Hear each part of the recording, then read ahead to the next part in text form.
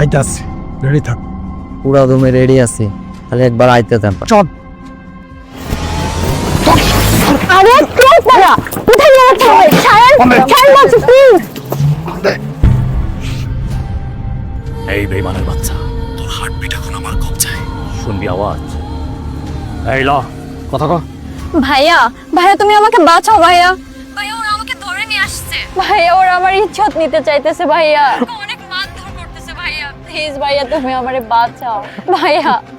এই বেইমানের বাচ্চা, শুনছস তোর হার্টবিটের কথা? তোর হার্টবিটে যদি বাঁচাইতে চাস না, এই মুহূর্তে চলে আয়। আর নয়তো তোর বইনেরে শকুনের মতন ঠোকরায় ঠোকরায় খেয়ে ফেলাইবো সবাই। আপনার শত্রু দেবী তো আমার সাথে, দরকার হয় ভাই আমারে মাইরে ফেলান।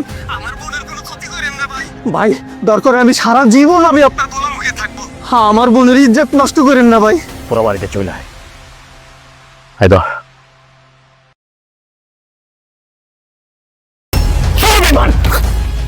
ভাইয়া এই বেইমানের বাচ্চা, তুই কি ভাবছিস তোর বোনের এখানে আমরা ইজ্জত নেওয়ার জন্য আনছি? আরে নাই, তুই আমার লগে গাদ্দারি করছস, আমার এলাকায় চাঁদাবাজি করস, আর আমি জানি না এত বড় কলিজা তোর। তার তুই তো একটা নিমু খারামে বেইমানের বাচ্চা। আমারটা খাইছস, আমারটা পড়ছস, আমি তোকে পথ দেখাইছি, আমি তোকে রাস্তা চিনাইছি, আর তুই আমার লগে বেইমানি করস। এবার বুঝতে পারছস? বাপের উপরে বাপ আছে, ওই যে একটা কথা আছে না, যেই পাতে খায় সেই পাতে ফুটা করে, তুই তো সেইটা বেইমানের ঘরে বেইমান।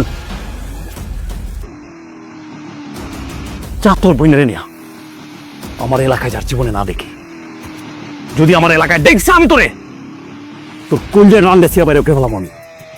ভাই আমি আমার বেইমানের শাস্তি পাইয়া গেছি, আমারে আপনি মাফ করে দেন।